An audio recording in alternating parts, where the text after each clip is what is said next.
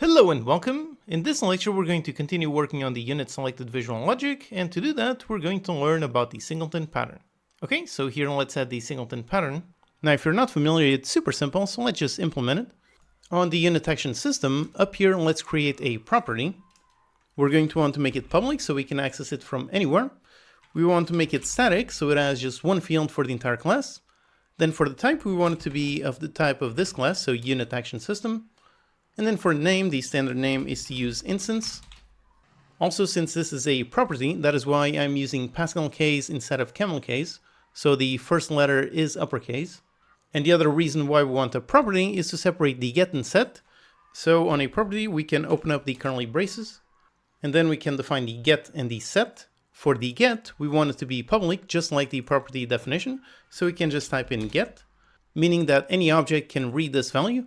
But for the set, meaning for writing to this value, for that we want it to be private. So what we do is just private set, and then close the curly braces. Meaning that what we have here is a property that can only be set by this class, but can be read by any other class. So we have the instance defined, and then we just need to make a private void awake. And then on awake, we just set instance equals this. And now here, optionally, you can add some error checking. Basically, you want to ensure there's only ever a single one of this object. Now, usually when making my own games, I don't actually bother with adding an error check here. I just make sure to only have one created object. But since this is a teaching course, and let's do things as perfectly as possible. So over here on awake, it's pretty simple. We just test if the instance, it is not null, meaning it was already set before this script. If so, then that means that we have at least two instances of this script instead of just one. So if that's the case, then we should probably log an error. So let's do a debug.log error. And for the error, let's say there's more than one unit action system. Then maybe a reference to this transform game object so we know where the error came from. And just in case we don't want this to break the game, let's destroy this game object, so the duplicate one, and let's call return so we don't set the instance again. Okay, so if we accidentally create two of this object, two unit action systems, if we do that, which we shouldn't do, so that's a mistake, but if we do that, then this object will fire off this nice error and remind us that we have more than one. Alright, so over this we have defined our singleton and we have set the instance. Now we can finally go to the visual script, use the instance to access the event and subscribe to it. And at this point, this is also the perfect time for me to mention the difference between awake and start. You probably already know that all of the awakes run before all of the starts.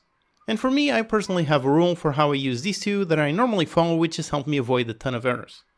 Basically, I only use awake for initializing and setting up this specific object, and then on start, I use it for any external references.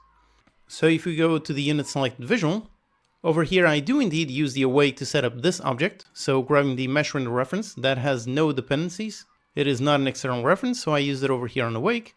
However, for subscribing to the unit action system, I'm going to need to reference this instance. So that is using an external reference. So for that, I'm going to do it on start to make sure that this instance is set by the time that the unit selection visual actually tries to subscribe to it.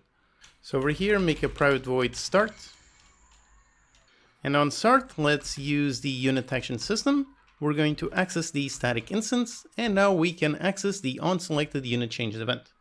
Basically, following this simple rule will ensure that all of your objects are fully initialized on awake, and you can safely interact between them, access multiple external references on start. If we were to try to subscribe to this event over here on awake, then there would be a possibility that this script, this awake, would run before this awake, which would lead to this instance still being null. So whenever you initialize an object, do it on awake, and whenever you access an external reference, do that on start. Okay, so here we want to subscribe to this event, and subscribing to it really just means that we define a function. It just needs to have the same function signature, so let's define it down here. Let's make private, we're going to return void, since again that is what the delegate that we used. We used event handler, which returns void, takes an object sender and an event args. So let's return void, give it a name. Usually I like to give the name of the class that sent it, so the unit action system, then an underscore, and then the name of the event. So onSelected unit changed. Then for the parameters, again, matching the event handler. So we've got an object for the sender and event args for the empty.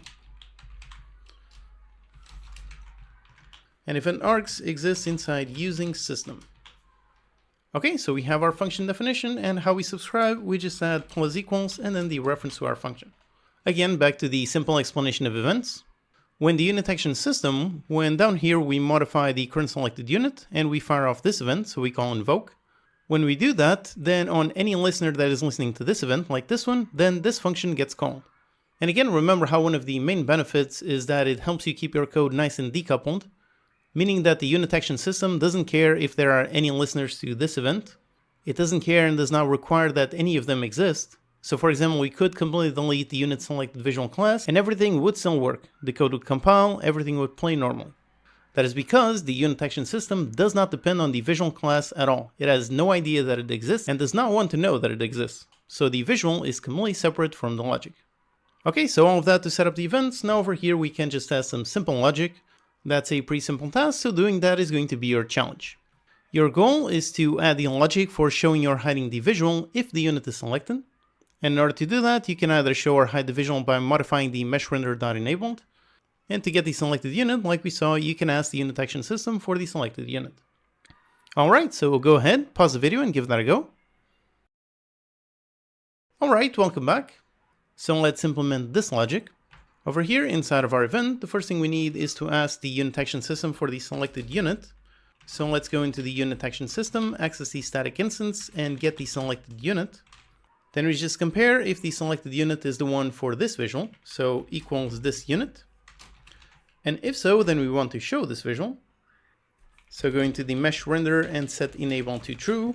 And if not, so else, we set the mesh render.enable into false. Okay, that's it, pretty simple.